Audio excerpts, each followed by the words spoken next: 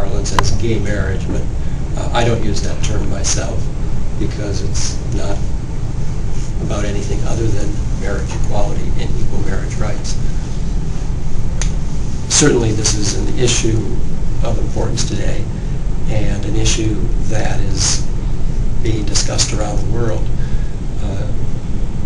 Just in the period of time of the summer of 2005 when we were moving our marriage bill to the governor's desk, and I'm proud of the fact that California state legislature is the only legislature, or had been at the time, the only legislature in the entire country that was debating such a bill. More recently, we've seen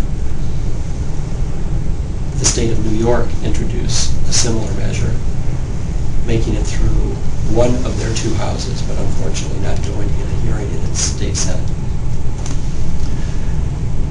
But during that summer of 2005, we saw the parliaments of the nations of Spain and Canada debate this and have their prime ministers stand proudly on the floor of their parliaments to say that this is a proud moment for their nations, that all of their citizens would be equally respected and afforded the same dignity and validation in their lives, and then have their prime minister sign this into law for not just a state within their nation, but for the entire nation of Canada, for the entire nation of Spain. There are now 5 nations in the world which provide full marriage rights and call it that as well. So we are behind the ball here in the United States, unfortunately. But again, we're making incremental progress. Okay. So the Marriage Protection Act would just basically try to reintroduce what's already been introduced? Well, as you mentioned, Governor Schwarzenegger did veto our bill, and so we have reintroduced it, and we will have the votes to get it to his desk again this year. And we, of course, we will, of course, keep trying until we reach our goal, which is equality. And have there been any major changes within the bill itself since you reintroduced it, or is it basically the same language? It's the same language with about 10 new co-authors. Okay. The current political situation here in the U.S., especially surrounding President Bush, seems to have created a lot of political apathy and disillusionment in my generation, from what I've noticed simply from asking fellow college students. And I've also noticed just general disillusionment from my parents and, the generation above us. Students in college aren't paying attention to the 2008 elections and what's going on in the news. When I ask them, what do you think about the candidates and their political platforms, they're like, what are you talking about? We have no idea. Do you think there is political apathy amongst this generation, and if there is, what might have caused it? You would know the answer to these questions better than I, because we're talking about your generation. In your opinion, what might have been a cause of political apathy? Sure. There seems to be some common knowledge today that students on campuses are less politically involved and less politically engaged and less politically motivated than some decades ago. And when we have protests against the Iraq War, I've marched in any number of them. I would say that there are probably fewer younger people involved than the protests of the Vietnam War 40 years ago. One big difference, I think, is that there's not a military draft today.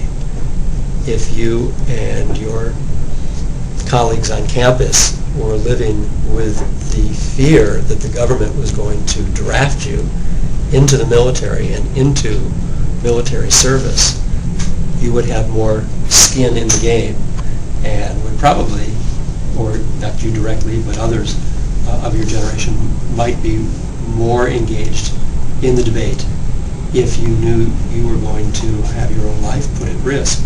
I had to face the draft back in the late 60s and early 70s, and knowing that there was no possibility that I was going to go off to war and be required to kill people, especially for a war that seemed to me to make no sense, no more sense, if not less sense, than the war in Iraq today. I had to decide what I was going to do about it. And so I pursued the course of becoming a conscientious objector, which is a category that the military allows for those who are at a very moral base, just opposed to war in general. So I think the draft is a big factor, or was a big factor, in student activism against the war in Vietnam in the late 60s and early 70s that doesn't exist today, unfortunately. Well, unfortunately for activism, good for your generation because you wouldn't have to deal with the draft. But unfortunately, we see that those who do find their way to the military as a voluntary enlistment process may be motivated by a salary that they can't get outside the military, or other kinds of benefits, including medical benefits, that are not accessible outside of the military. I saw a news report just the other night that said because the government is falling short in its enlistment process and recruitment process, that they're offering bonuses, that if you sign up to serve 2 years in Iraq, you'll get a $20,000 signing bonus. And if you add 6 months onto that, they'll dangle another $10,000 in front of you. And for 4 years, they'll give you a $40,000 bonus just to sign on the dotted line. There's something very sad about that, because people who are in desperate financial straits or need to find some money to help their family through a crisis, they're going to give their life away, not out of a motivation because they believe they're fighting for freedom and they're fighting for American values that have meaning to them, but because they're desperate for money. This is, by definition, mercenary and pathetic, both for the government, that that's the only way they can get enough people to fight their war, and it's also sad for those who find themselves in such need that they would do such a thing. There are probably also those who do believe in the war, and a financial incentive is only icing on the cake. But I think, from my read of the situation, that's the minority situation, not the majority.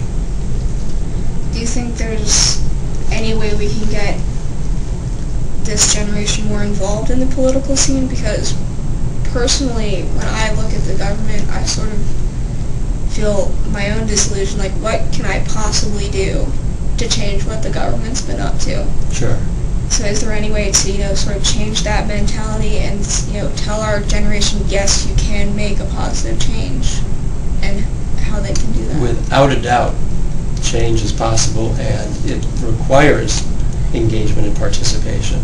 But keep in mind, and I hope this is somewhat motivating just on the face of it, that George Bush and Dick Cheney and Karl Rove and all of these monsters that we've had to put up with over these past 7 years now are counting on your being so disgusted that you'll walk away, that you won't get engaged, that you'll give up, and they'll be able to have even greater control of the situation. That's their game plan. The more outrageous and the more repulsive their behavior is, they count on people being turned off and walking away. And that makes it easier for them to only further their control of the situation. The good news is that after many, many years of this abusive and illegal, in my opinion, behavior, that Americans are waking up and realizing that enough is enough, and that yes, this is a people's democracy, and that we can take back our government. And there's a process, and that process is the electoral process. So we have an opportunity, with George Bush having served his 2 and only terms, that there will be an open seat for the presidency. in 2008. And from polls that we've seen and activity on the internet through fundraising and such, it appears very clear that there is a price the Republican Party is now paying and will continue to pay, hopefully throughout the entire 2000 election cycle, for all their abuse of their power these past 7 years. So this is a very exciting time, and I would hope that younger people would recognize that this is an opportunity that we can get engaged, further engaged, and that there's every likelihood that we can take back our government through the electoral process in 2008. So you think youth can definitely have their voices be heard by getting out to the polls and voting? And Without a doubt. But more than just going to the polls and more than just voting, but of course registering to vote is step one, and informing oneself as to what the issues are and which candidates are championing issues that one values, and then subsequently voting. But hopefully that's just chapter one, that people will realize that they can volunteer their time, that they can get further engaged, and they can make a big difference. Great. Well, those are all the questions I have for you today. Good. And thanks for coming. It's my real pleasure. Continue your success with all of your good works, and I would say that you are definitely involved, and that's a good thing. You're showing leadership by doing so. Well, good luck. Thanks. With your campaigning. All right. Hopefully you'll get there. Oh, Really hope I you would do. focus in my state Senate race